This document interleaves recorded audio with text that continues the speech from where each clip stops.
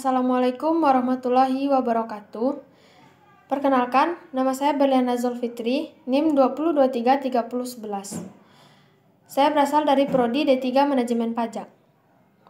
Baiklah, di video kali ini saya akan mempresentasikan tugas resume minggu 4 mata kuliah komunikasi perpajakan, yaitu media komunikasi perpajakan di era digital. Yang pertama, yaitu pengertian media komunikasi. Media komunikasi merupakan sebuah sarana atau alat yang digunakan pada saat melakukan proses komunikasi, yaitu menyampaikan suatu informasi dari seorang komunikator kepada komunikan.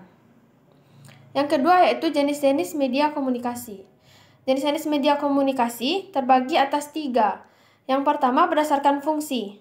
Ada 3, yaitu fungsi produksi.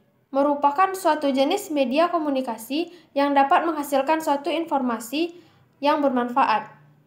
Yang kedua yaitu fungsi reproduksi.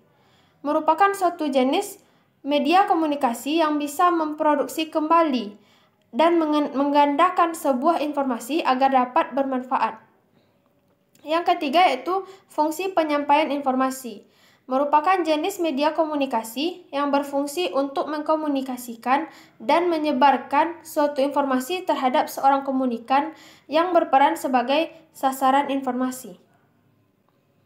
Yang kedua berdasarkan bentuk.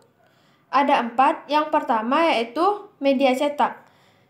Merupakan suatu bentuk media komunikasi yang juga digunakan untuk menyampaikan informasi dengan melalui proses percetakan seperti koran, majalah, dan buku. Yang kedua yaitu media visual atau media pandang.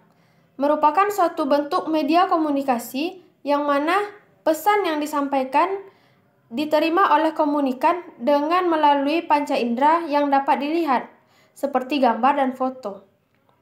Yang ketiga yaitu media audio.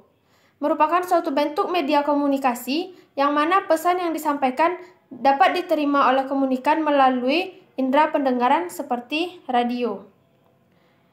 Yang keempat yaitu media audio-visual aid.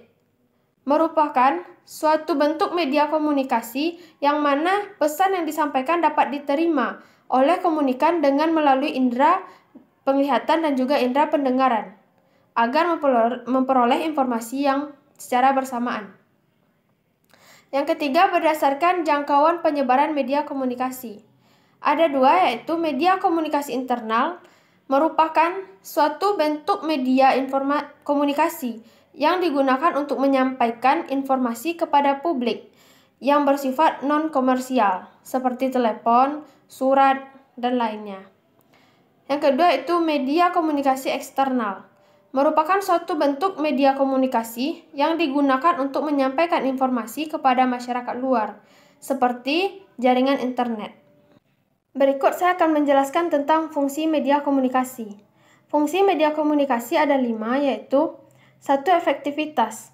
Dengan menggunakan media komunikasi, maka komunikasi yang dilakukan akan lebih efektif karena media komunikasi merupakan suatu alat yang akan membantu untuk mempermudah proses komunikasi. Yang kedua yaitu efisien. Dengan menggunakan media komunikasi, maka komunikasi yang dilakukan tidak memakan banyak waktu, sehingga komunikasi yang dilakukan dapat berjalan dengan efektif dan efisien. Yang ketiga yaitu motivatif. Media komunikasi memiliki fungsi yang memberikan dorongan kepada komunikator dan komunikan untuk melakukan komunikasi, karena didukung dengan adanya media komunikasi. Yang keempat yaitu produktif.